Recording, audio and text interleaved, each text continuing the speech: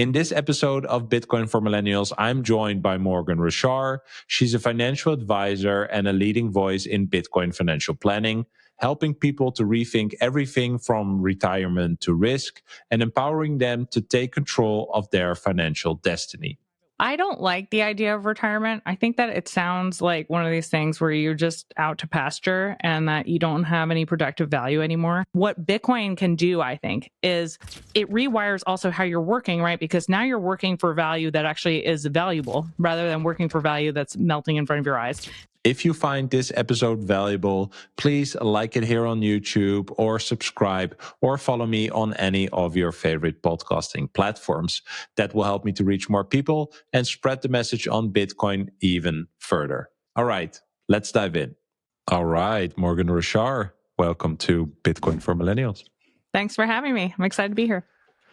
Yeah, I'm excited that you're here. One of the few certified financial advisors that is actually understanding Bitcoin. And I think we can have a very interesting conversation about, how to plan for your financial future once you've adopted Bitcoin. There's quite a journey to getting Bitcoin and then getting into Bitcoin and storing Bitcoin. But yeah, once you own it and you decided to store your wealth, how can we plan towards the future? So I think we'll have a good conversation around that as you're focused on that. Same. Yeah. There are dozens of us doing it, there's dozens of us. Okay, there's more. That's good. There's not really, I don't even think there are. I think there's maybe only like 8 of us doing it, but we're doing our best. We're beating the drum. I don't know if you're ever active on LinkedIn, but there are many CFAs that are not really into Bitcoin. Oh yeah, for sure. Yeah. And CFPs tend to be a little standoffish as well. It's a hard climate, I'll be honest. I've been trying to do some more outreach in these communities to help these advisors get a little bit more, I guess, with the times, for lack of a better word.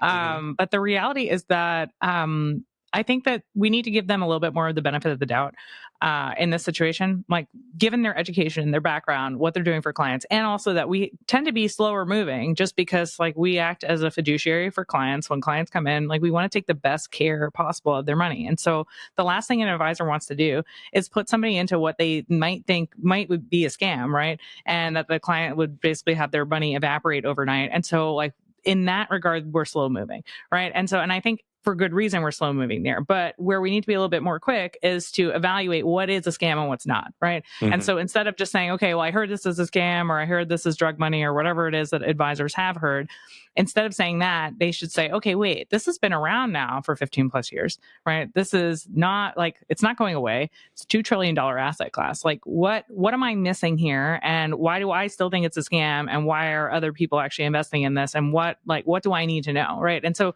I think for the advisors now who are starting to come around and who are asking these questions, they are actually starting to move in the right direction. And for the ones who are still, standoffish and not willing to do the work, then yeah, ultimately, the problem that I see with that though is that they're not only affecting themselves, obviously, because then they're not involved and they don't own Bitcoin personally, but also now they're giving advice to clients that's just flat out wrong. And so, it's slow going, but I'm doing my best, and hopefully in 10 years, all financial advisors will be involved, because that's how long it'll probably take. Yeah. Well, I wanted to ask you what your kind of like aha moment was, but I mean, I don't know what the dynamic is in your relationship with your husband, who has had great foresight in Bitcoin, Pierre Rochard. So I don't know if he is the one that's nagging about it for the past 12 years, or maybe you too. But like, what was your aha moment, and how did it change your ideas of money and planning for a financial future?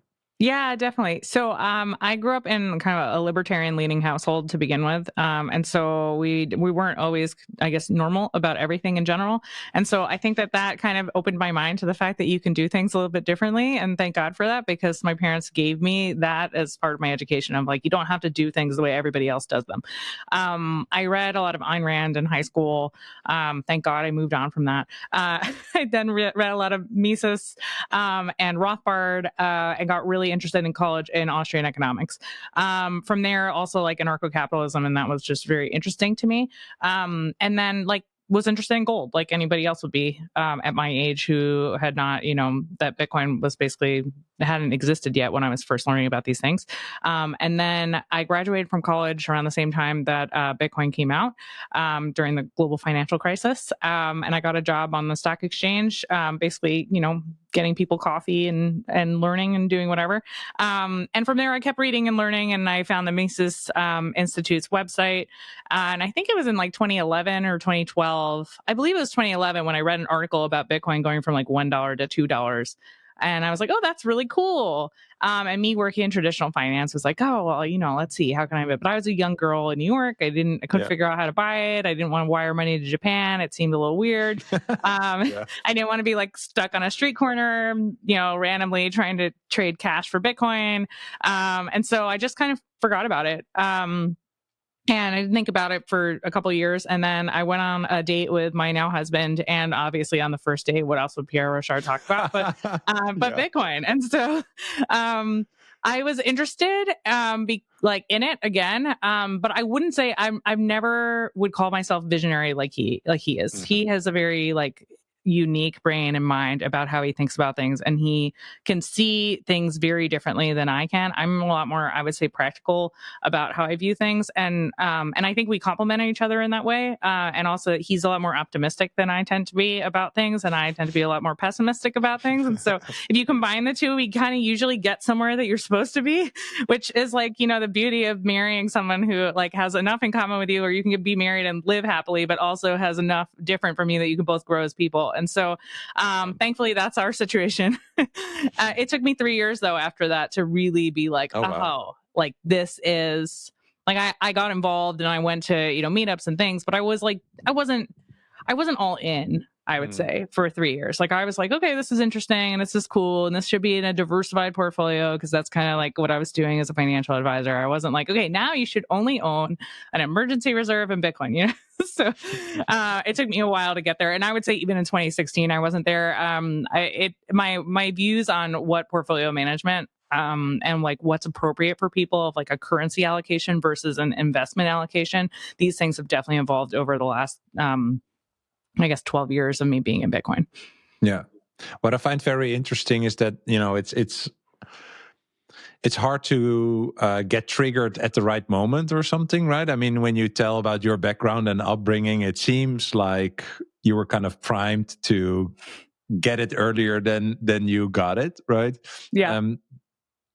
But of course, you were also working in TradFi. What do you think it was for you that made you not really see it, even when you were dating someone who had crazy ideas about it? But what do you think for yourself? I find it very interesting that you can have the knowledge, right? And in even more historical understanding, or even, if you read Ayn Rand a lot, there are certain ideas that I think I also see back in your tweets. I want to talk about a tweet in the next question. But what do you think blocks people, or what blocked you? Why didn't you see it earlier? I love that question. Yeah, I think for me, it's that I don't expect things to happen so quickly, I guess. So for instance, Parker Lewis has written the gradually then suddenly. To me, gradually should be really long time, It should be in my mind, when I learned about Bitcoin and Bitcoin is $20. It was okay, it's gonna be $20 for a long time. I have time, I have time to kind of learn about this and get more comfortable. In my mind, I'm like that in general. My husband's when driverless cars were first kind of an idea, he was okay, by in 5 years, everyone's going to be doing this. We're not even going to have cars on the road anymore. And then he's real estate that's outside the city, it's going to be worth a lot more because nobody's even going to be, it's not even going to matter. You can work in your car. And so he's right about these things, but we're very off on the timeline. I'm driverless cars is going to be, in 2200, I'm very far off of we're always kind of slow. I'm a lot more slow moving. So that's definitely a block for me. And I would say it's even been a block in some regards in my financial planning practice, but in some ways it's a block. In other ways it's good, right? Because when we look at financial pictures, the financial picture, right, the details don't change. Like the underlying structure of it doesn't change. It's actually slow moving.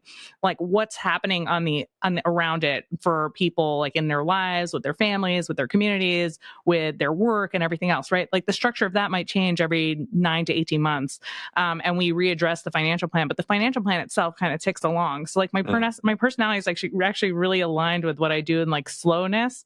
And I have trouble with the quick, and I don't know if it's definitely a shortcoming on my behalf. I mean, I'm the first to admit that I'm not perfect. So I don't know if that's though how everyone is approaching it, of like, okay, well, I have time to learn about this. And then meanwhile, Bitcoin goes from like, $100 to $100,000. So Bitcoin custody is evolving, and OnRamp is leading this change with multi-institution custody, eliminating single points of failure. Instead of relying on one institution, OnRamp secures your Bitcoin in a cold storage multi-sig vault backed by 3 independent custodians, where no single party can move your funds alone, providing an unprecedented level of security.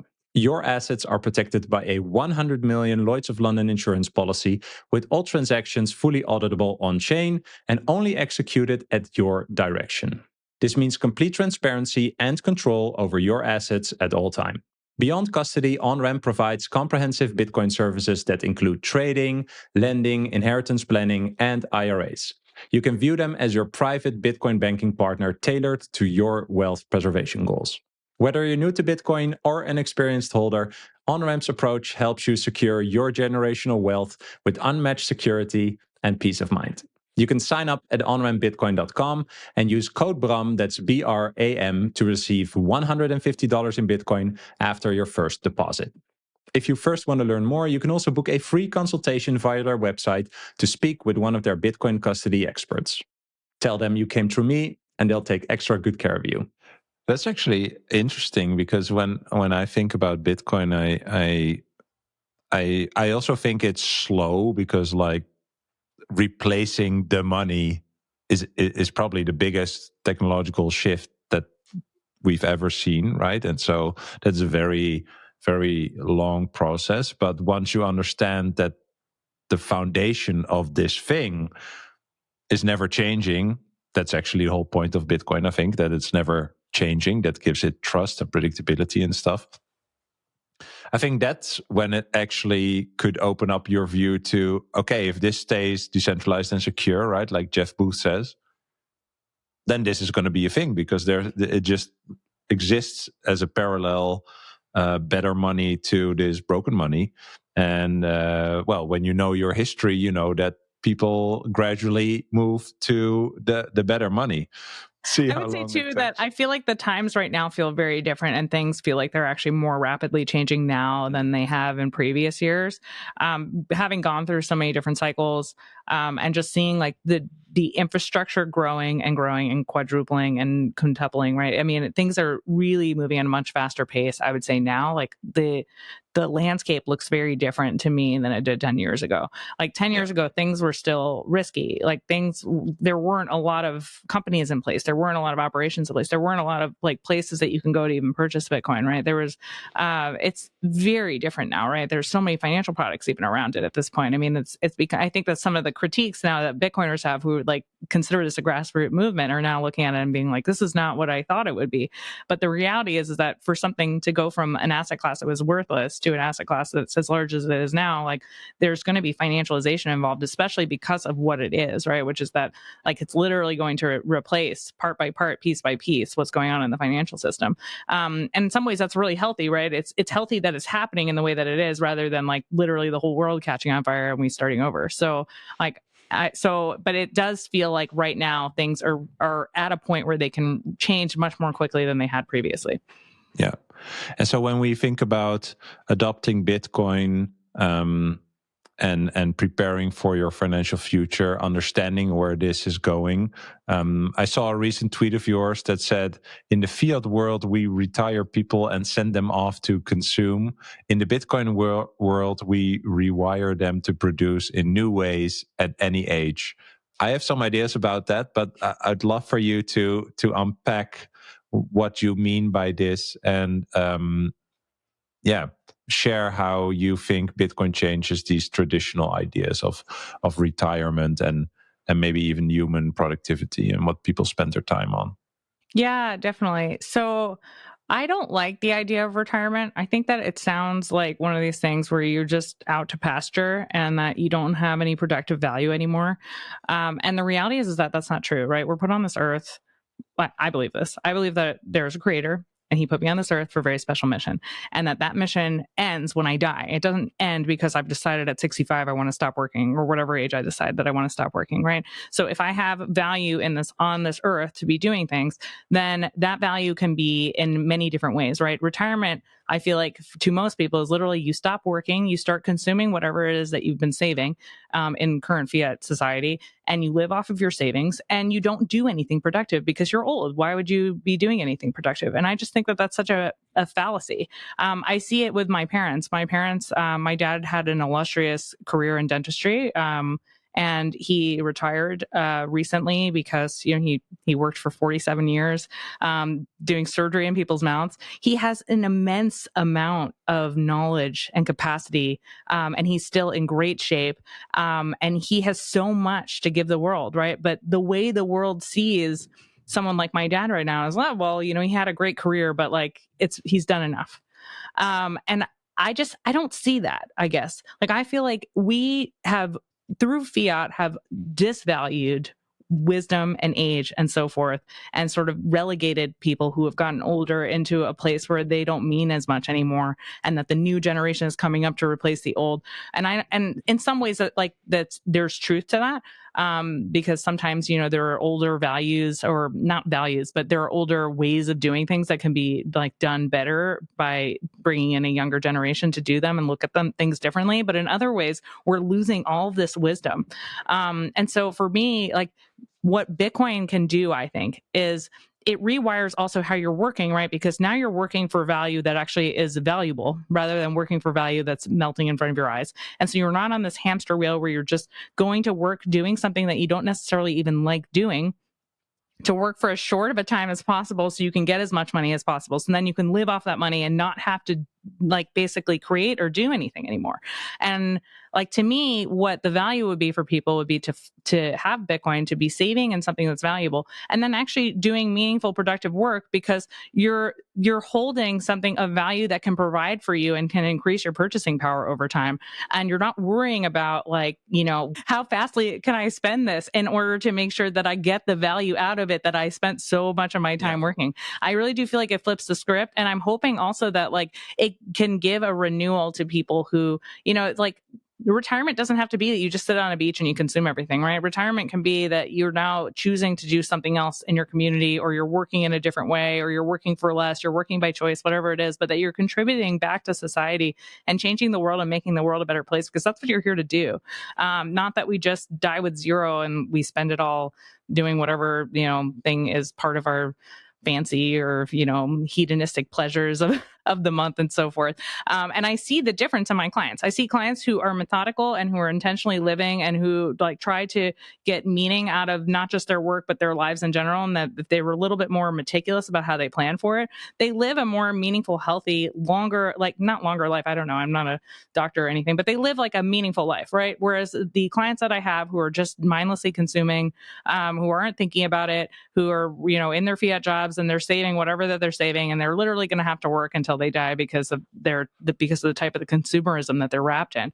It's just a very different reality. And I guess my hope is that Bitcoin fixes it. When you shared that about the retirement, I was thinking maybe this is like the carrot that is held in front of you as like the reward or the escape from the rat race that you're pushed in, or something like that. That people think like, oh yeah, when I'm retired, I'm going to do all the things that I ever wanted to do, or go crazy and buy a Ferrari or whatever, right? Like some ideas. But when I realized that time is actually, money is an abstract of time, and when I have money, I can buy time to figure out what I want to do, right? What is next, or how to develop myself. When I started thinking about that, and then listened to Safedin Amus talk about this being uncertain about the future.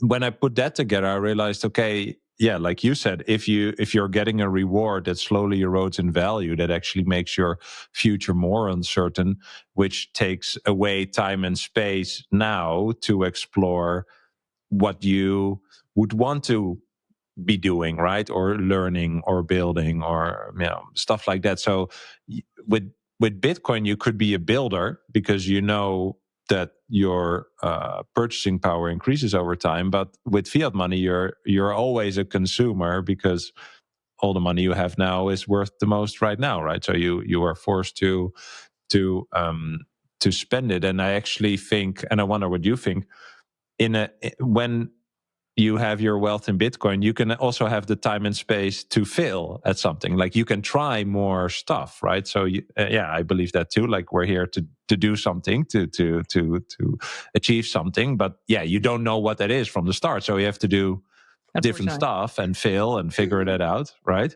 Yes. And with fiat money, my reasoning there is like you don't have that, you don't get that. Right, that's taken away from you basically, and with Bitcoin, you can actually take that back and try stuff. You can actually invest in doing something for a year, and even fail at that, and that would then also be okay because the capital, the wealth that you have in Bitcoin, appreciated in purchasing power over time. So you're still good. Does that make sense? For sure. It gives you time to figure it out, right? Because the difference is that if you were to put fiat into a bank account and you get whatever your interest rate is at the time, your money is still slowly melting, right? And you're using it and so forth. Whereas with Bitcoin, right, if you have that time to wait because of that increasing in purchasing power for that moment when, okay, now's the right time for me to make this investment, or now's the right time for me to start this business. You have that, like, time is on your side. Whereas with fiat, it's like, let's do this as quickly as possible. And that to me is why the index fund even exists, right? The reason why people are investing in, 13,000 companies around the globe is not because that's maybe the best thing to do, but it's because we literally don't have time to do anything else. All right. If you spend so much time looking for the right investment, right, the amount of time that it might take you to even get that appropriate opportunity, it might, like, your value might erode in the meantime, right? And so it's like, even if that really was the best investment and you should put all of your money into it, like, in the meantime, where's your money sitting, right? In treasuries or whatever it is until you have that opportunity. And so with Bitcoin, right, it flips it. It gives that back to you. It gives you that freedom to be able to sit and say, okay, like, the time is mine, right? The time is not me racing against my money. Yeah. So what do you see as the most damaging effects of fiat money? Is that this kind of like the distorted time preference, or are there other things that you've seen that affect personal finance, or maybe even broader, like society in general, now that you see both sides, and you also have clients that are still in both sides? What do you see as the biggest differences? Yeah. So, I mean, I think that there's a spiritual cost to fiat, is I think the reality of what we're seeing, is that when the money is bad, that there tends to be in society that more things that maybe otherwise would be considered immoral or unaccepted are now something that have become widely okay, and that people don't know right from wrong, and that we're living in this consumeristic society where it's more about what can I get out of society? What is me? It's all me, and what's for me, rather than thinking about the greater good in general, and how to improve not just yourself, right? Obviously, it's the only person that you really can change is yourself, and people should be working on themselves. And so by no means am I saying to, like, look outward and try to change other people, but also helping the community around you that you're living in, and doing it in a way that's productive, instead of just pointing fingers and telling people that, you need to do it this way. And if you did it that way, then everything else would work out better. And if this policy were in place and so forth, right? I think people need to take ownership of their own lives, and then also see how they can fix the things around them in a way that also allows other people to take ownership. When we live in a fiat society, it's just not, we have like fiat brain fog. That's kind of the only thing I can equate it with. Like, it really is. We have this like cloud over our brains, and we're just like, we don't we don't get real value out of anything. We do things very quickly. We have no like patience for anything. We want for nothing. We struggle with we don't struggle very much, right? Our struggles are like, when are my cat coasters going to get here from Amazon? You know, it's like, I have to wait 3 days. Are you kidding me? I thought it was overnight. I wouldn't have ordered that. I mean, it's like crazy, like the world that we live in. Wi-Fi in the plane doesn't work. You know? Yeah, exactly. Yeah. And I often think about this, like we've got 3 young kids, you know, it's like, I think about this with my kids and it's like, struggle is good for children. Like they shouldn't get everything instantly, right? They should actually have to have some problems in their life so that they can learn patience, they can learn conflict resolution, they can learn about, you know, if we like, not only are we in this fiat brain life all the time, but we're raising our kids in an even more fiat brain way, I think, as a result of all the instantness and consumerism and everything else. And all of this really, it takes a toll on our souls, where we can't tell right from wrong, where we can't wait for anything, where people are on antidepressants who would otherwise not be. Everyone that we're on like more antidepressants and anti-anxiety drugs and all these things, because like we're trusting in stuff that we shouldn't be trusting in, and we're blaming people for problems that are, you know, that are irrelevant or not something that is even somebody to be blamed for, and so forth. And this is what I see is like the issue with fiat. Whether or not this like, you know, applies to financial planning, I guess, is another story, but it's downstream of it, right? Because then effectively what happens is that, you know, you live this fiat life and you save this fiat money, and then what? You just like die in this fiat life. I mean, it's a sad life. It's a sad existence. I think this comes from outsourcing responsibility over everything, right? So because I wanted to ask you, you know, what does monetary sovereignty mean to you? But that's this, right? Like when you are not in control of what you own, you are basically outsourcing it to other people, and that makes you point at all those other people and not look at yourself, right? Whereas with Bitcoin, you have the capability to truly own what is your property, and take that with you and do with that whatever you want, right? So you are the true owner, but that brings new challenges as well. I've spoken to many people that say like, oh, if I have this amount in Bitcoin, am I like solely responsible for guarding that, right? And storing that? I'm like, yeah, that's the point. And they're like, what the hell, you know? But that's how we are, I think, raised. And yes, that also goes through the children, because we are also using all the amenities and the simple, you know, all the delivery stuff or whatever, like the instant gratification. And I agree with you. It's like that. For me, it's kind of the outsourcing responsibility, but it also goes for the information. Like, I mean, I also have 2 kids. Like, do they understand where some things come from or how some things work, right? Like, I think back in the day, people knew basic stuff way better than how we know it now, right?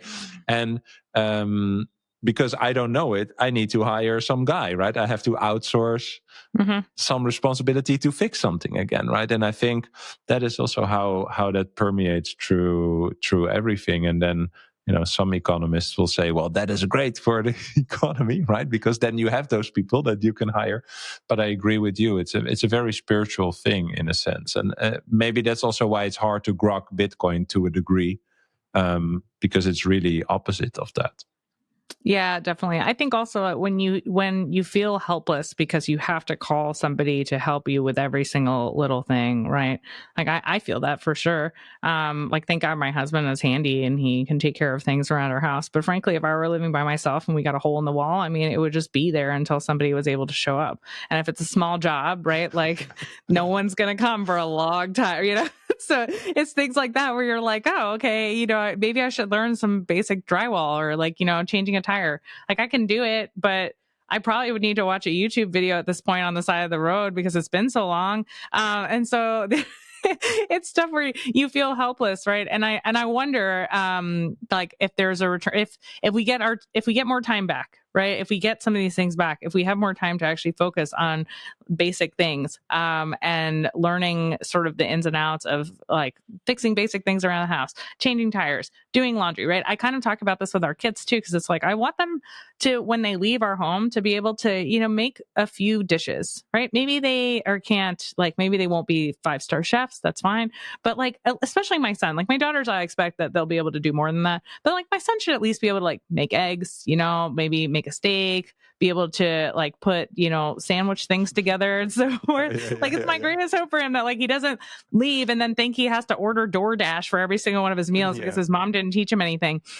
Or that like, they know how to fold laundry and that they know how to separate like their darks from their whites so that like all of a sudden, all of their clothing isn't gray.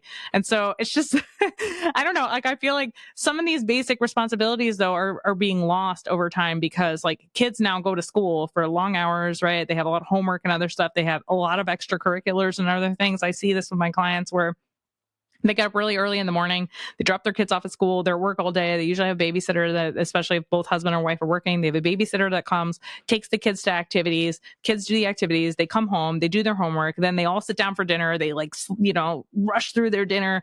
Everyone takes baths. Okay, they're in bed. And then they do it again. They do that for 5 days a week. And then on the weekends, like obviously the family is dead. They can't do anything. And the husband doesn't have time to mow the lawn. The wife is like, why is my house a mess? And they keep ordering things on Amazon and you keep looking around at the clutter and you're like, it doesn't feel like I have anything, but I can't seem to even make heads or tails of my home, right? I hear this in stories from people, and even in the Bitcoin world, it's not like just because we own Bitcoin that all of a sudden we magically don't do these things anymore because we still have that fiat brain mindset. But it's a fast-paced life where you miss a lot. Yeah. And there's a huge, and in my opinion, there's a huge spiritual cost to that. And also like, I don't know, but I mean, I consider my kids to be like my most precious assets in the world. It's like they're amazing and they're so impressionable, and like I want to try to spend as much time with them as possible. And so, like I know that every moment that I take to like spend an extra, 10 minutes on the floor playing or whatever it is, instead of doing something else around my house that I otherwise would be doing, is like me making sure that my most precious asset gets raised in the way that like will benefit them later. But you have to be very mindful to have these moments, right? And so if we're not thinking about them, then they're not going to happen. And I guess like I don't know I wonder if you're not in this rat race all the time, and if you're not running on the hamster wheel, and if your money is a little bit more valuable, that maybe, just maybe, we have these moments a lot more often than we do now. If you want to self-custody your Bitcoin stack, I recommend the Blockstream Jade Plus. I've been using this premium Bitcoin-only hardware wallet for a few months now, and I love its design and ease of use. What makes it stand out is its open source hardware and software, and Blockstream's unique genuine check, which makes sure that your device is authentic. No backdoors or compromises. You can connect with the Jade Plus however you want. Bluetooth, USB-C, or you can go fully air-gapped with its built-in camera for cable-free QR transactions. The metal case feels solid and the color screen is easy to read, and it connects with your favorite Bitcoin apps like Blockstream Green, Sparrow, and Electrum. Get your Jade Plus today at store.blockstream.com and use code BRAM to get 10% of your entire order. Let's talk about something that not a lot of people think about before it's too late. Where are you storing your Bitcoin seed words? Are they truly secure? I found my solution with StampSeed. It's an elegant all-in-one titanium plate solution with no separate pieces to lose or manage. Your seed phrase gets permanently stamped into pure titanium that withstands fire, survives water, and lasts for generations. Unlike shallow etching methods, StampSeed's patented tools help you to deeply stamp every letter for permanent readability, protecting your financial legacy. When you order a titanium seed plate from StampSeed, you can also upload a custom design or your logo to customize the back of your plate to make it fully personalized. Paper seed phrases are a disaster waiting to happen. Secure your Bitcoin with StampSeed for decades to come. Visit stampseed.com and use code BRAM, that's BRAM, to get 15% off your order. I think that's something that I've definitely experienced. Like before I found Bitcoin, I always saw money as time, but understanding Bitcoin actually made me understand why I thought that, right? And so I think living more on a Bitcoin standard, or at least trying to actually at least in my mind, has given me more freedom. So I'm really happy with that. And I found it very interesting that when you talk about the clients, right, it's nice that you have a mix. Like you're obviously very into Bitcoin, but you see kind of like the differences between people that adopt Bitcoin and people that don't.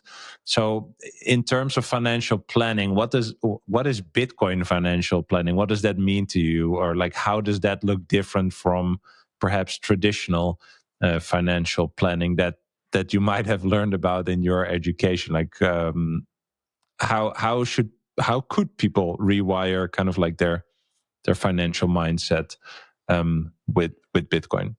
Yeah, so it's a wonderful question. So it starts really with, there are many different facets to a financial plan. At the bedrock of any good financial plan is that you have some form of income coming in, whether that's income through working, whether that's, side hustle income or investment income, whatever your income is, real estate income, right? You have something coming in, right? You have expenses that you spend on to, put food on your table, be able to pay your mortgage, whatever else it is, buy some toys for your kids. And then you have what's the net savings, right? So then the question is, okay, what do you do with your net savings? At that point, what people in traditional finance do is they say, okay, well, once you have your emergency fund, you need to take that net savings and you need to invest it as quickly as possible into, either the S&P 500 or a global stock index that has at least 13,000 companies all over the globe. And you do it as quickly as possible because the slide that they show you actually is inflation. They're like, 1 carton of milk in 1913 was 13 cents or whatever it was. I don't know. Mm-hmm. And then they show you what it was in 1969. And it's like, okay, you paid a little bit more. Okay. And then they show you today and you're like, for the same 13 cents, you can get 1 tablespoon of milk. And you're like, oh my gosh, I need to invest immediately. And so all of a sudden you're like, okay, here, take all my money, go put it in whatever you think is the right thing. Okay. So that's traditional financial planning. And then obviously around that, you address, hopefully, if you're a good financial planner, in addition to doing the investment management, which mind you, not everyone's doing, but then there's this subsect of financial planners like me who then take that and we not only just think about what the investment allocation is, but we think about how it affects retirement planning, how it affects your taxes, what it looks like from an estate planning perspective. There's many other aspects, like there's also like student planning, like if you want your kids to go to college or whatever, to making sure you're saving money and stuff, so forth.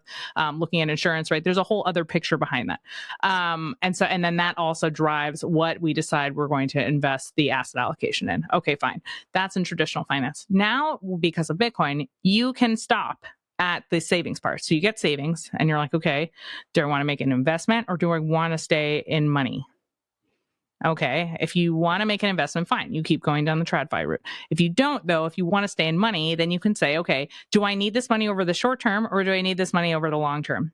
If you need the money over the short term because you're about to go buy a home or you've had some extra expenses come up, your car broke down, whatever it is, you need some extra money, you save it in fiat. If you need it over the long term, now you can just say, okay, I'm going to put it in Bitcoin until I have a better use for this money. And so I feel like that's what's often not said in Bitcoin, because the reality is that frankly, there aren't better investment opportunities for the most part out there. So you don't really think about it. When you put it in Bitcoin, you're like, okay, this is where the end game is. It's in Bitcoin.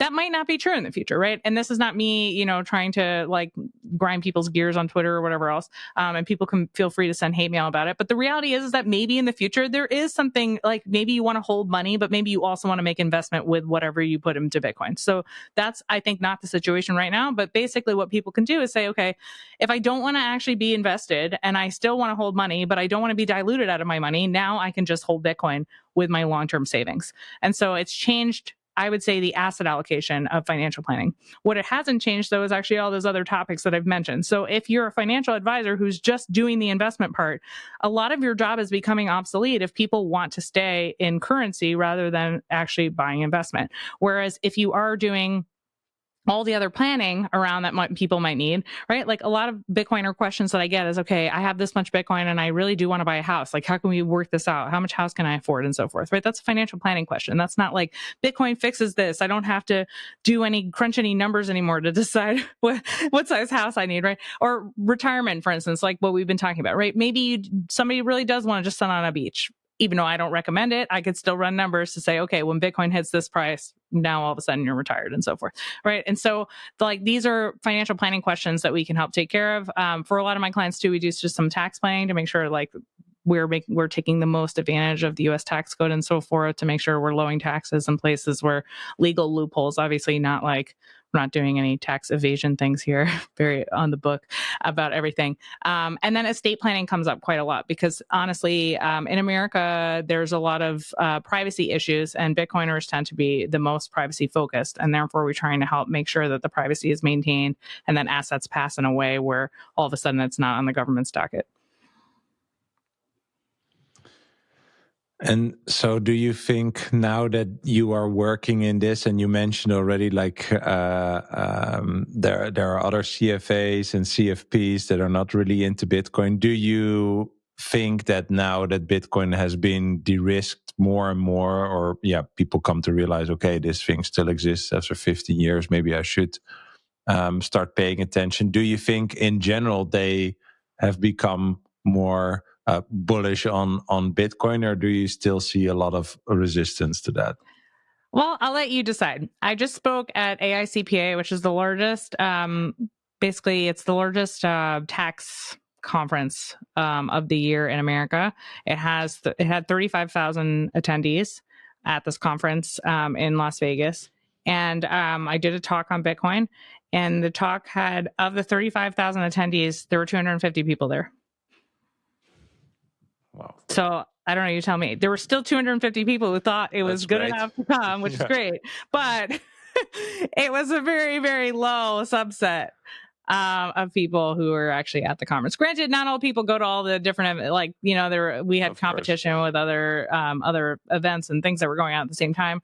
But again, still. I wonder what the most popular talk was. Actually, it's a good question. I'd have to look into that. It's probably like some in the weeds tax nuance. How to get rich investing in AI, or that. Yeah. It's Like possible. that. I don't know. All right, and so now that we are also seeing Bitcoin, being adopted by TradFi more, you have ETFs and stuff. What you said in the beginning, I think I thought was really interesting. Of course, there are people that have different ideas around what is happening there, this TradFi adoption of Bitcoin. What is your view on holding your wealth, or what you said, like the money, what you want to save in an ETF versus self-custody? I can imagine there's also as I just said, different understandings of risks and stuff like that. What is your view on how to hold Bitcoin? So the best way to hold Bitcoin is going to be that you hold your own keys in cold storage, that you own Bitcoin outright, and that you're taking actual ownership over your Bitcoin. That to me is the best possible way that you can do it. For some people, that's going to be really, really difficult. And I feel like it's hard sometimes for people in the community to hear this. But some people cannot start there, right? Like, there are some people that they're so used to what's going on in fiat that they want to just have it be in their brokerage account in an ETF. What I've seen happen though for a lot of people is that they buy the ETF and then they get interested in it and then they learn more about it. And then as a result, maybe they don't sell the ETF and go buy transfer it into cold storage, but maybe they start taking new money and buying it in smaller amounts and actually storing it properly. And from there, they start to get more and more interested in it. I had one client who did that, where it was like, okay, let's just buy the ETF and see what happens. And we did. And then he was willing to take cold storage. And now he's only doing cold storage. So we still have the ETF, right? Because it's like, why would we sell it? We don't need to take a tax gain, whatever. We don't need to do that, right? Or maybe, hopefully we would wait for like when we can do the in-kind Bitcoin transfer and we can do it without taxes. And that would be great. But in the meantime, right, he's growing his stack outside, and it's okay to hold some of the ETF. It's not like, not the end of the world. I feel like there are a lot of people who look at this and are like, what's that, your Bitcoin? And it's like, okay, yeah, it's not. But also like there's trustees in place. Like there's a lot of factors behind behind these ETFs that make it such that it is actually safer for some people than it would be otherwise. I mean, I also, full transparency, I've had clients where they take self-custody and they don't store their hardware wallet properly. Is it better for a client who's going to leave their hardware wallet in their desk drawer, like their top desk drawer, unlocked? Is it better that they do that than it is for them to just hold the ETF? I mean, that's like the counter example. And then people in the Bitcoin community say, well, it's not hard. They just have to secure it and all this stuff. And it's like, well, if they don't care, then is it better? You know what I mean? So I feel like we need to gauge it person by person rather than it being this sort of cut and dry, everyone should have this prescription. And I think that's kind of what's nice about Bitcoin in general, is that we're kind of more fluid about how we do things, right? There isn't just a specific prescription. And in financial planning, it's not like that either. Like, people don't come into my practice and we don't shun people. We don't tell them that they have to, like, oh, you have 100% Bitcoin. Okay, you need to diversify. Or if someone's only 5% Bitcoin, we don't tell them they need to be 100% Bitcoin, right? There's all these different grades in between where we can kind of meet people where they're at and do more education and make them go in the right direction rather than making them feel bad about the steps that they've already taken. Yeah.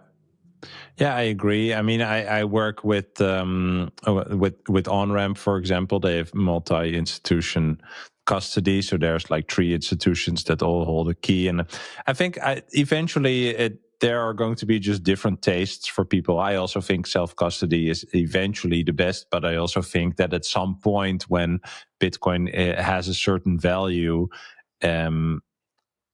I think people will diversify also in how they store it, right? Like,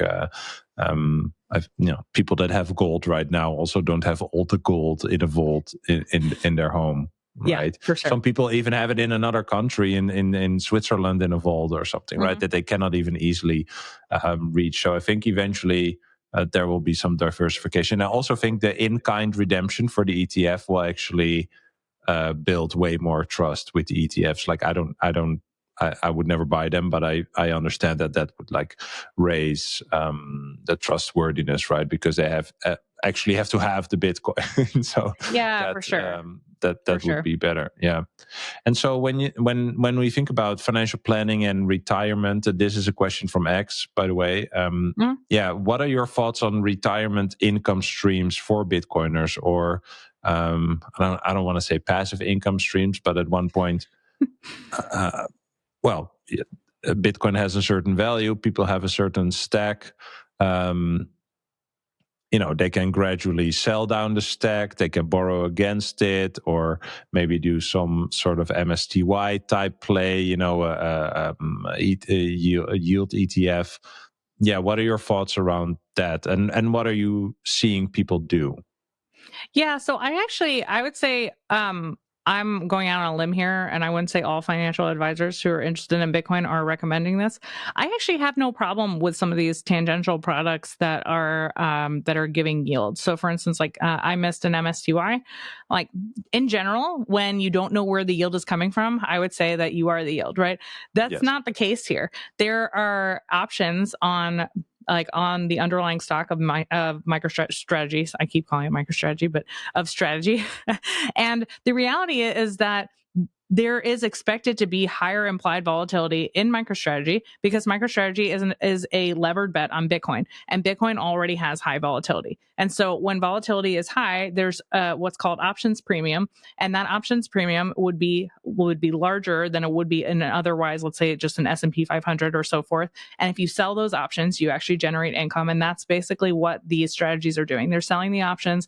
They're using different option strategies for hedging and so forth, so that they don't get their face ripped off in either direction. If Bitcoin were to blow up to the top or blow up to the bottom, right? They're making sure that they're protecting themselves, but they're still generating that yield, and then they're passing that yield through to the people who own the ETF. Where this gets into issues is when implied volatility comes down. So if people are using this to roll as income, like where they're relying on a steady stream of income, they're going to run into issues if implied volatility comes down. As implied volatility comes down, the option premium will also compress, and therefore they won't be able to generate as much income and pass that through to the shareholders. And so if basically you bought MSTY thinking that you were going to get 100%, 10% dividend persisting forever, like, I think that that's a bad strategy. If you're going into it thinking, okay, I need some income, I know it's going to be volatile, I know it's going to change over time, and I expect to generate the majority basically of my income from this over the first 4 years or so, because I've sort of mapped this out in spreadsheets and so forth of what it looks like, and generally the most return that you're going to get from this is in the first 4 years. I think that's fine. I think where you run into problems is if you're trading all of your Bitcoin for something like this, or like a large portion of your Bitcoin, because you think like, okay, well, Bitcoin's going to do moon math, and therefore I don't need to worry about how much I actually have in Bitcoin. As long as I have, whatever small amount it is, it doesn't matter. I'll worry about it later. In the meantime, I need income now, and therefore I'm going to move half my stack or 3/4 of my stack, or whatever it is, into these options products, which are going to trend down. So I think the other thing to consider is that in options, right, it's not just the premium that you're getting. There's trading costs, there's roll yield, there's all sorts of other things that go into, there's contango or backwardation in the market, which can change what's going on with the options themselves. And so these are all costs that drag the NAV of the ETF down, in which case, like, it's not that it's going to zero, but you should not expect there to be a, like, the NAV is staying constant. You should be expecting that NAV to be trending down over time. So then you have to make a decision. Okay, am I going to reinvest from my Bitcoin stack into this product that's expected to trend down when Bitcoin is expected to increase my purchasing power over time? And my answer to that would be no, right? I think that it's a good product if you're going to use it in a small proportion, use it how it's meant to be used, use it side by side with some of these other preferreds. Obviously, this is not investment advice here. I think you should still look at your whole look at your whole portfolio, decide what's appropriate for you, how much income you need, and so forth, and not be using this as a strategy that is going to be quote unquote bulletproof. I don't think that people should go into it thinking that these are riskless options. They are not. They're very risky. And there's a reason why you're getting paid the yield there is because it is risky. And it's, to me, like, I don't see it like, I wouldn't want to trade the best balance sheet asset in the world, to me, which is Bitcoin, for these, right? But that's the situation I'm in. I'm generating income and so forth. If I were in a situation where I needed the income, I would think that I would want to maybe trade a small portion of the best balance sheet asset in the world for something like that to generate like whatever additional income that I needed.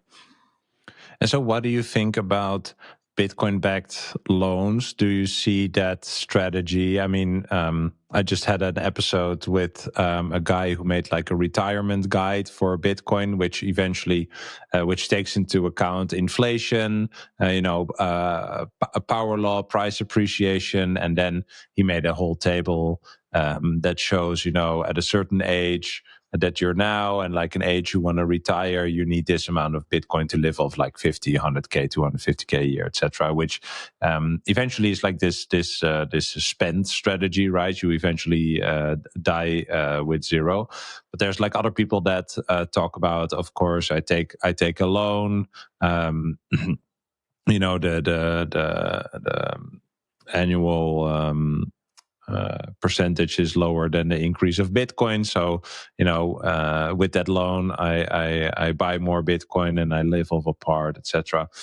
What are your thoughts on that? Because I also think those will trend down, but from a average person and your financial advisor perspective, do you think that is a smart strategy, or only perhaps from a certain net worth that you can actually keep playing that game and rolling over the debt, etc.?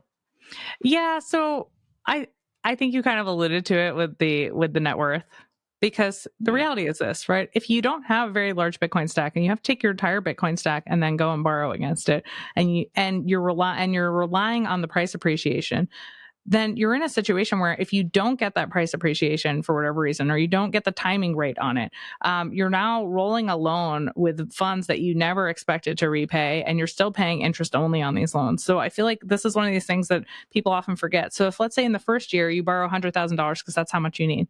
Okay, you don't have the money to repay the $100,000, but you're paying the interest, fine, whatever. In the second year, now you're rolling the $100,000 and you're borrowing another $100,000, right? And you're doing this every single year. So you're not, like, basically you're compounding your debt in doing this, and therefore also compounding your interest. Your interest burden is going to increase over time. And then also, if you don't actually have income to be paying these things back, now you're also going to be eating from the other side of your stack to be paying off the interest. And so at some point, right, if the math doesn't work out in this person's favor, then you are basically liquidating yourself with nothing. And so this is where I think, like, loans make sense when you have a lot more to borrow off of and you can recapitalize quite easily, and don't make so much sense in these scenarios where you're trying to use the loan to like to basically not have to save as much as you otherwise would. I think like there's some nuance there, right? Because obviously, like if the math all works out, then yes, of course, like if Bitcoin grows by 20 to 30% per year and you only have to pay 15% interest, like not, it's not like you don't have to do crazy math here to figure out like, yeah, obviously I'm going to make a spread here and I'm going to do better and so forth and so forth. But the problem is that you have what's called, what we know in traditional finance, a sequence of returns risk. So if you do that borrowing and then in that next year, Bitcoin goes down 60 to 80%, right? Now you're in a situation where if you don't have more capital to put up, you're getting liquidated immediately.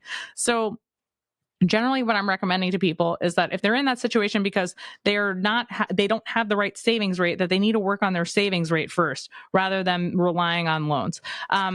And secondary to that is that if you want to do this because you don't want to pay taxes, now what you have to do is actually do the math, which unfortunately people don't like to do, of whether or not it actually makes sense to just pay some capital gains and use some of that Bitcoin and move on, or if paying the interest actually makes sense. And so I think that these are going to be case by case basis. For the most part, what I've seen with Bitcoin lending is that the best time to do it is when you need a short-term bridge loan. So for instance, you have to pay your taxes by April 15th, but you know that the money that, for this big project that you did is coming in July, right? That's the best kind of loan because you have like sort of a guarantee that you're going to be able to pay off the loan. You need this bridge in the meantime. You don't want to pay capital gains and then have to rebuy Bitcoin and so forth. Perfect time to borrow against your Bitcoin. That's what I would say would make the most sense. I know the math changes with Jack Mallers' product because like he's looking to lower the interest rate basically for people.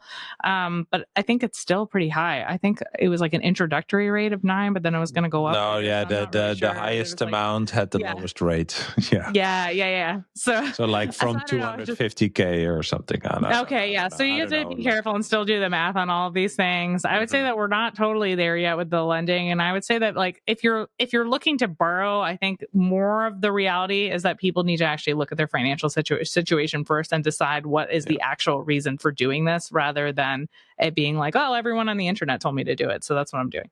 Yeah. What I really liked is when you mentioned, do you want to stay in this better money or do you want to do investments, right? Because if you do investments, you got to play in the TradFi world, right? Bitcoin is not an investment. Bitcoin is a superior savings tool. It's better money, right? But I've seen that a lot of people find this difficult, right? Because we also talk about, Bitcoin will appreciate over time, or it will give you more purchasing power. So the second one kind of talks about it being money, and the first one kind of talks about it being an investment. Then there are people that are, conflating return and yield and stuff like that. So since Bitcoin is not an investment, how could we help people to look at this in a more clear way? Is that just it's better money, which I think is difficult because people don't really know the money is broken, right? Yeah. So how do you approach this? Yeah, it's a really good question. I don't know if I have a great answer for you, but I'll tell you how I think about it. So, we don't have savings technology. If you really think about it in the fiat world, right? Like obviously we do with Bitcoin, but in the fiat world, right? When you get cash, you get cash and you either use it or you do something with it. And so I think that people they're thinking about it too deeply in a way, because the reality is that when you keep cash, right? If we live in a world where, like, let's say the government is at its best and, only has, let's say 1% inflation, right? People are not that, like, they're not running to go do investment, right? Like maybe it is okay to keep some extra cash around and so forth. And so in this situation, right, maybe you're a family and you're just thinking about, okay, what we want to do over the short term, what we want to do over the medium term, and what we want to do over the long term. When you're keeping cash around, it's just hedging against future uncertainty. That's all it is. And so if we're just thinking about that, okay, like we're not necessarily sure when we're going to need this cash or what we're going to need it for, but we know we need some in the future for this, and that, right? We don't have the exact values and so forth. It helps to just have cash instead of having investment. I think that that's something that people can relate to, is that it is like there's a reason why we say cash is king, right? It is easier to just use the cash than it is to use investment. And maybe in this situation, right, Bitcoin's not widely used and not widely used as a medium of exchange, but that doesn't mean that that future is not coming, right? In which case, when that future does start coming and people can start seeing that they wouldn't necessarily need to convert back from Bitcoin to dollars in order to do the things that they want to do, then I think that they'll see it side by side as like, this is actually just superior money, not just like this, internet magical money vapor thing that potentially will work out in the future for me. Yeah, I think the difference is also kind of in what do you think saving is, right? I mean, you can save by stacking more units of a money, but if that money loses purchasing power over time, you're not really saving the purchasing power that you had at that moment. That's kind of like how I learned to view it, right? And I think that's where kind of the conflation or difficulty with Bitcoin appreciating over time and having more purchasing power, where kind of that comes from, because then it feels like an investment for people. Then they think about risk and stuff like that. But yeah, I also think the medium of exchange use is coming. I think some people, by the way, are very rigid about that. I don't think that is something you can force. I mean, I can send you Bitcoin now and you send me a candle behind you and we exchange, and that works. Like we can already do that. So it is already a medium of exchange, but it's not widely adopted. But I don't think you can force that.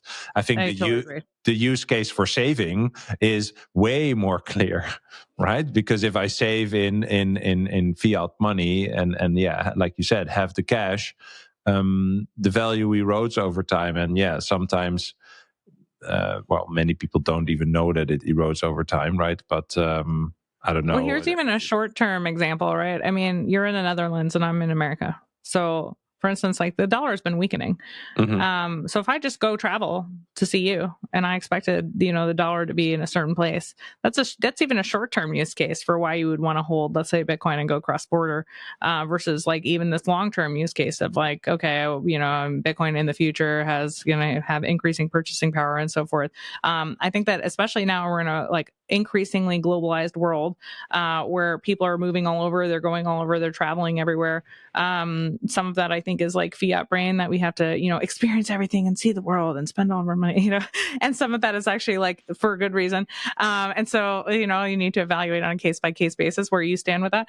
But I would say that like even that, like we have a cross-border client, and I won't give too much information about them, but it's been a nightmare. And honestly, the best thing for them to do is just to save in Bitcoin, because the tax implications of doing anything else are just, they're above and beyond.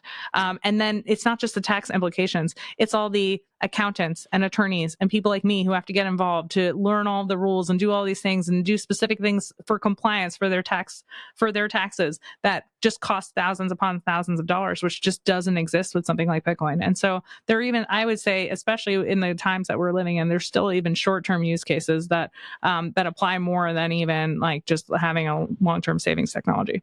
Yeah. So this is a question from X, and I really like it because you are lucky with your spouse being a crazy Bitcoiner too, right? But this question was, how do you talk with your spouse about Bitcoin allocation, especially when one party prefers more diversification? And I really love this question. Because are you taking notes, Bram? Because your wife is no. We're good. We're super good. So that is amazing. So I'm very lucky with that. But I think this is a very good question, because you cannot expect your spouse to be as deep into Bitcoin as you are, perhaps. So how can people talk about this? And also, it's interesting that just the whole idea of diversification, I feel, is a word that is part of the whole Ponzi scheme of fiat money, right?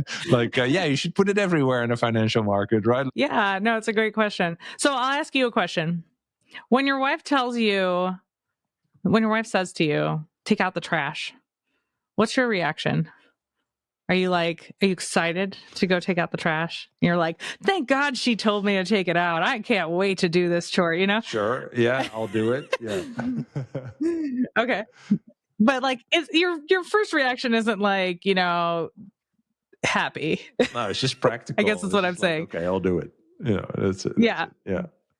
Okay. So I'm using that as an example because I feel like what often happens with couples is that the husband, and not, I'm generalizing here, but the husband has done all the research on Bitcoin and has spent a lot of time and has gone down the rabbit hole and is all in, right? And now he's like, I need to bring my wife along because that's the right thing to do, right? The right thing is to make sure that both of us are on the same page for a financial picture and that we're moving forward together.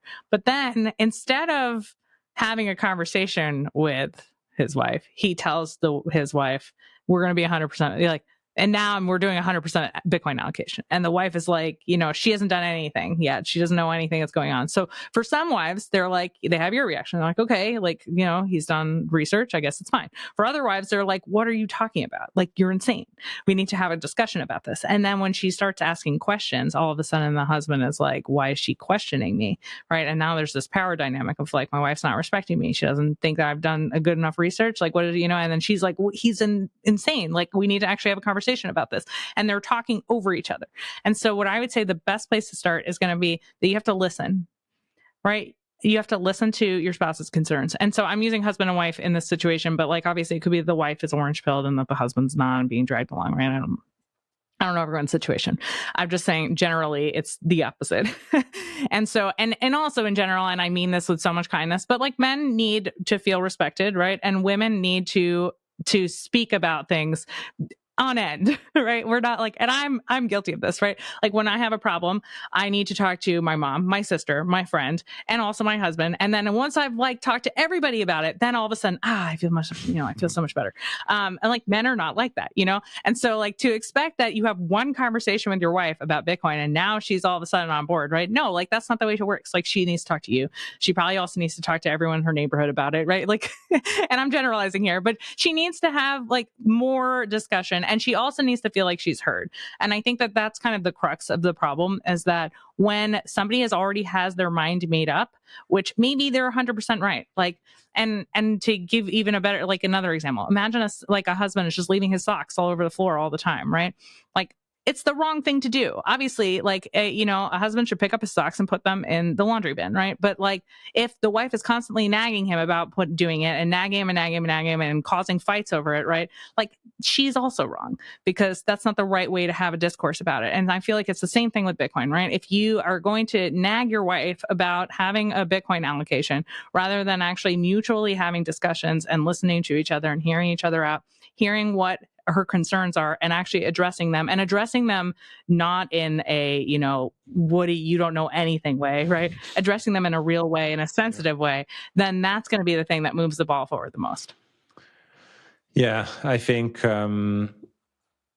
just getting orange pilled or getting triggered to study Bitcoin is a very individual thing, right? So you cannot really force anyone to come along on that journey, and for some people it interests them more than others and they go deeper than others. So I think this is great advice, because I also think that it's very important that you align on this, because it's very easy to turn on the TV or see someone on the internet say oh, this is a scam, this is a Ponzi, and then your spouse is going to be like, well, what the hell are you doing?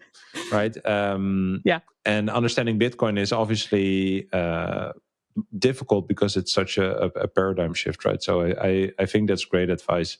So when you go to a conference with your colleagues, and there are some people, luckily, that listen to the talk, when you afterwards talk to different people and they know, Morgen is into Bitcoin, what are some common misconceptions you come across? How do financial planners, advisors view Bitcoin, and why is it wrong?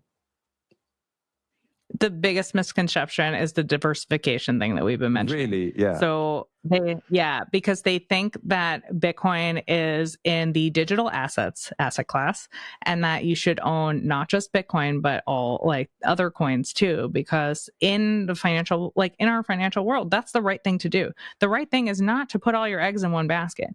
And the reality is that like the other reality of this is that the altcoins are telling a better story, right? Bitcoin isn't like some centrally planned thing like these other coins, right? There's no Bitcoin CEO. There's no one doing Bitcoin specific marketing, right? There's people like you and me who are interested in it and who like through a grassroots movement basically are, giving people information really out of the goodness of our heart. It's not like we're two of us sitting here getting paid to say any of these things, right?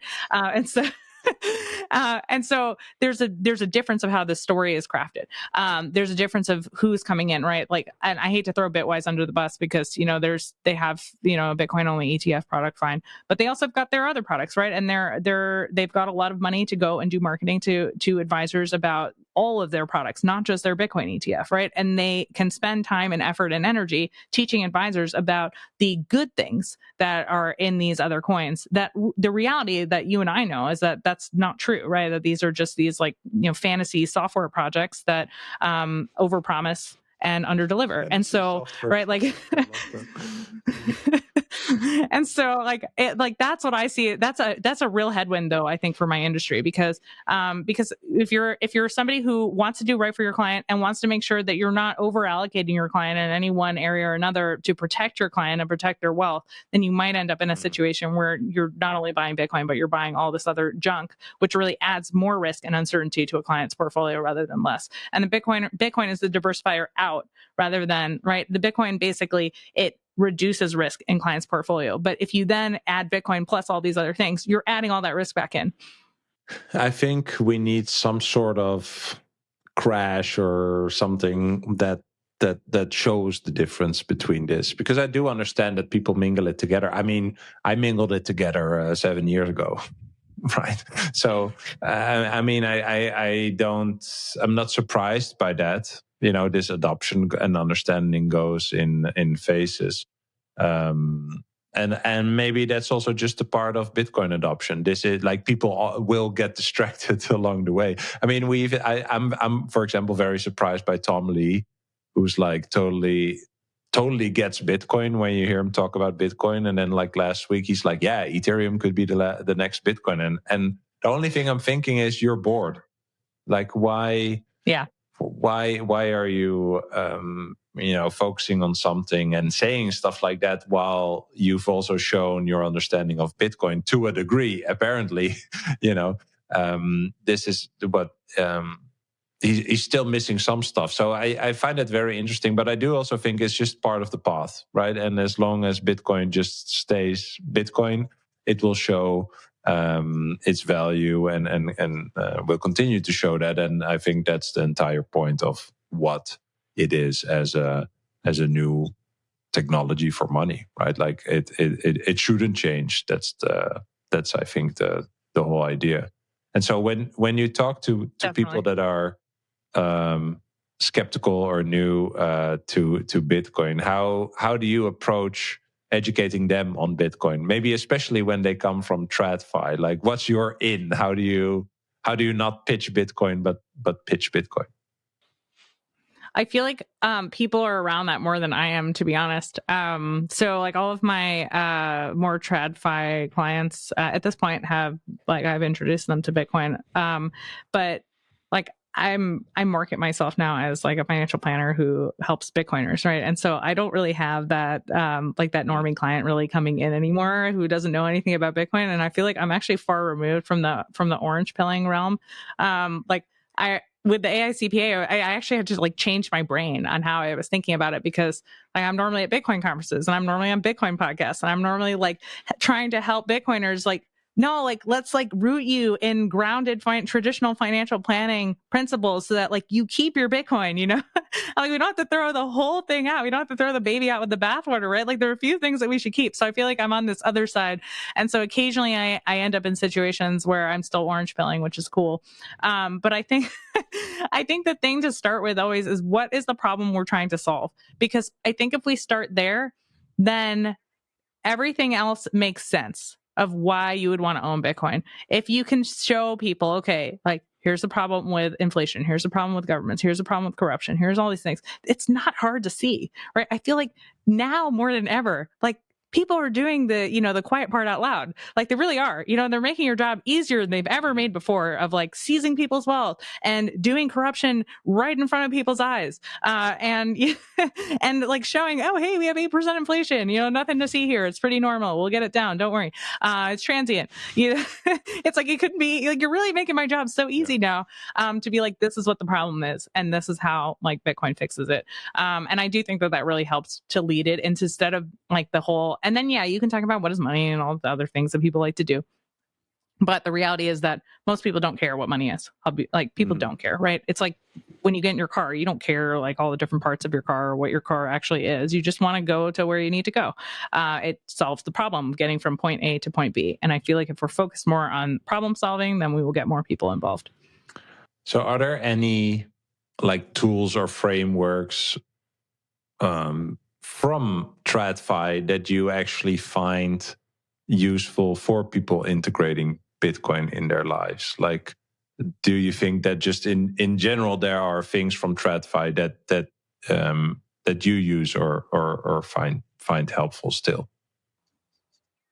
Yeah, so I mean, basic principles, right? Like tracking your net worth. Great thing to do. You can track it in both USD or whatever currency you're in, and you can also track it in Bitcoin. You can show like how your net worth has changed over time. I think it's important to track these things. Net worth is one of those things. It's like, imagine you're in a desert and you've got, you know, a bunch of canteens full of water, and you're going through the desert. And if you're not actually keeping track of what's in those canteens, right, you could potentially be halfway through the desert and drank all your water, right? Whereas like net worth is one of those things where if you're not tracking it over time and you don't really give yourself a financial landscape, then you kind of have nowhere to base off of. And it's the same thing with your spending. You should also keep an eye on your spending. If you're not a big spender, right, and if you're saving a good portion of your income, for most of my clients, it's going to be 20% or more of their pre-tax income that you should be saving. If you're doing that, you don't have to track all the little day-to-day things, but sometimes every now and then you should. And the reason why is because you can project out into the future how much you'll need based on your spending today. And some of these things, if you are a little bit more granular about how you track them, then you'll be able to remove them maybe from your spending to see, okay, I don't need as much later. Or you might need to add some things in that you're not spending now that you know you'll be spending later. And so doing these things from time to time, even if you have a healthy financial situation, is just going to put you in a better position. And then I would say just like making sure you're taking advantage of any tax situation that you're in, taking advantage of any free money, right? If you have like a company retirement plan and they're going to match 1-for-1, that's 100% return right there. Just if you put $1 in and they match $1, then you've got $2, right? And if you didn't even invest it, that's a pretty good return. So I would say like taking advantage of kind of some of the more basic things is still really important. Getting your tax deductions and doing all the things that you can do in the TradFi world while still maintaining your long-term savings is how you're going to end up with the best financial situation. And I guess just to plug something, I did write a book about traditional financial planning. It's called the Personal Finance Quick Start Guide, and you can get it on Amazon. So if it's really US focused, but if you are interested in that, you can find that. And I am working actually on a book now called Bitcoin Personal Finance that's really more geared toward Bitcoiners. So like that book is really TradFi in and of itself. There's a little section on Bitcoin, but anyone who's a Bitcoiner will like already know everything that's in there 10 times over. It's not going to teach you anything new about Bitcoin, but it will help you with first principles of financial planning, which I think is what's important. Awesome. Well, that's a good bridge to one of my last questions is, what would be your best piece of advice for someone just starting to think about Bitcoin as part of their financial future? Yeah, the best thing to do is to assess your savings rate. So make sure you're saving a healthy amount and then evaluate whether or not you need long-term savings or you need short-term savings. And that's going to help you best allocate where you need your money to go. If you're not doing these basic things, if you're just like kind of going around your life, earning money and spending money and not thinking about things and maybe just randomly putting money into Bitcoin, what I've seen more often than not is that people actually get over allocated to Bitcoin and then they end up with less Bitcoin because they end up having to sell their Bitcoin because they didn't realize what their expenses would be. And so just taking stock of where you're at is going to be the most important thing. And that way you can make decisions with your eyes wide open rather than having to react to decisions you've already made. Love that. All right. Last question. And I ask everyone the same question, which is, what is a core belief that you will never let go of?